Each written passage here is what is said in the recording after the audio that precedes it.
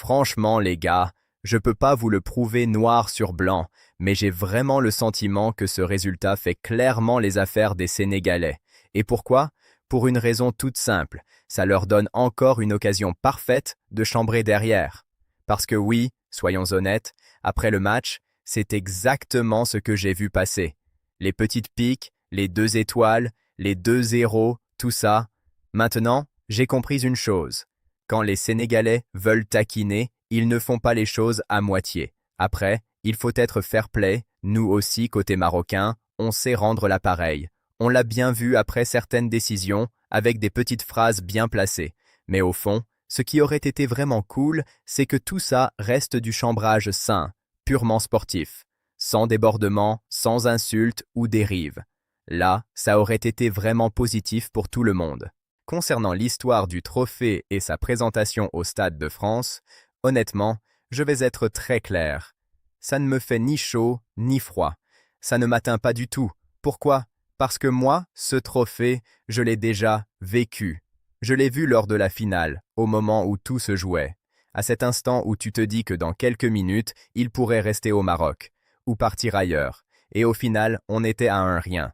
Un penalty, un geste, un détail. Et ensuite, tu vois les joueurs sénégalais célébrer juste devant toi. Tu vois Kalidou Koulibaly soulever ce trophée à quelques mètres. Là, tout est déjà joué. Donc ils le présentent ensuite ailleurs. Franchement, ça ne change rien à l'histoire. Au final, la situation est simple. Soit ils étaient dans leur droit de le faire, et tant mieux pour eux. Soit ils ne l'étaient pas, et dans ce cas-là, les instances trancheront un jour ou l'autre. Mais ça ne change rien à ce qui s'est passé sur le terrain. Maintenant, parlons un peu du match. Le Sénégal a fait le job sans forcément forcer. Il faut aussi préciser qu'il y avait plusieurs absents importants, comme Sadio Mané ou Edouard Mendy. Donc forcément, ça impacte. Mais malgré la victoire, on peut quand même dire qu'on attendait un peu plus. Surtout face aux équipes du Pérou de football, qui n'est pas dans sa meilleure période. Et pourtant, ils ont montré des choses intéressantes. Une bonne organisation, un pressing par moments efficace, et une capacité à gêner le Sénégal. Du côté sénégalais, ce qui a manqué, c'est surtout de la fluidité devant. L'animation offensive n'était pas aussi propre que d'habitude. Mais en même temps, avec des joueurs qui ont moins d'automatisme ou moins de temps de jeu, c'est logique. Malgré ça, ils ont été efficaces. Peu d'occasions, mais bien exploitées. Et ensuite, ils ont géré tranquillement. C'est pour ça que je disais en rigolant qu'ils avaient presque l'air de vouloir rester à 2-0 juste pour continuer leur petite blague autour des 2 étoiles.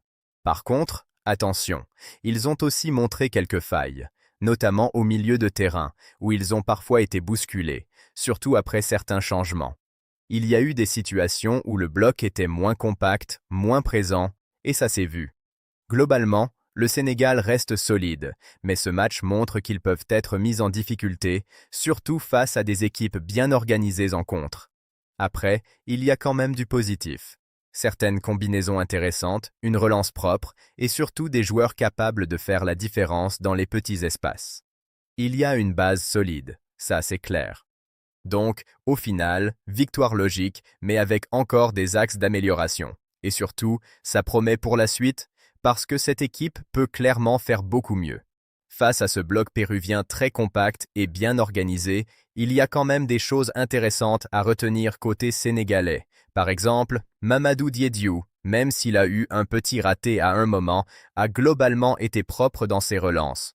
Franchement, dans l'ensemble, c'était loin d'être mauvais. Mais s'il y a une action qui m'a marqué, c'est clairement celle de Idrissa Gana Gueye. Le gars se retrouve entouré de 3 joueurs adverses, et pourtant il s'en sort avec un calme impressionnant. Il casse le pressing, élimine tout le monde, puis se projette vers l'avant avec une facilité. Là, il n'y a rien à dire, juste respecter. À son âge, il approche quand même la fin de carrière. Garder ce niveau d'intensité et ce volume de jeu, c'est vraiment fort.